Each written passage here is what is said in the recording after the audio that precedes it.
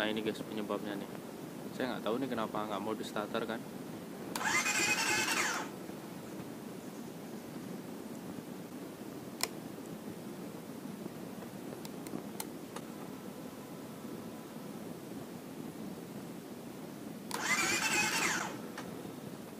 Nah ini guys, kita nggak tahu kenapa ya penyakitnya sih.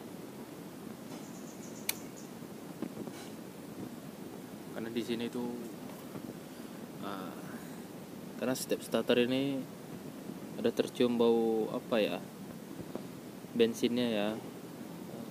Cuma nggak tahu kenapa. Tapi yang saya cek sih kendala kenapa ini motor nggak mau hidup, karena saya juga baca-baca artikel kan, kenapa motor ini nggak mau hidup.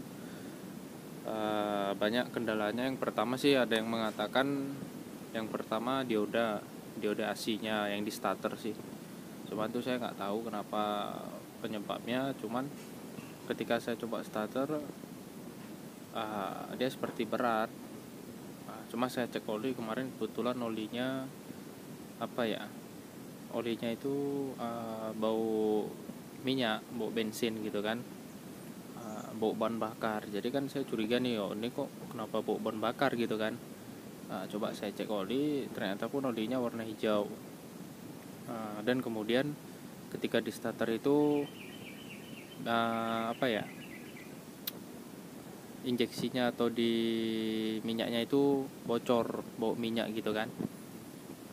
Jadi udah saya cek, rupanya ada yang bilang sih itu namanya penyakit apa ya. Cuma saya kurang tahu. Kalau memang ada yang tahu, mohon di komen di vlog ini, vlog tentang CBR ini, mohon di komen jika ada yang tahu.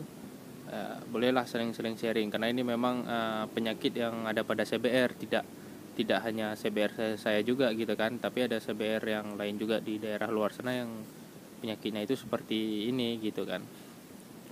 Ya udah, gini aja vlog sekian dari saya hari ini. Jika kalian suka, di like, di komen, di share, dan di subscribe. Jangan lupa loncengnya ya guys. Nanti kalau ada info setelah kenapa penyebab terjadi motor ini susah di starter, nanti saya akan buat vlog berikutnya. Coba nanti saya akan kabari juga nanti di YouTube. Sekian vlog dari saya. Assalamualaikum warahmatullahi wabarakatuh.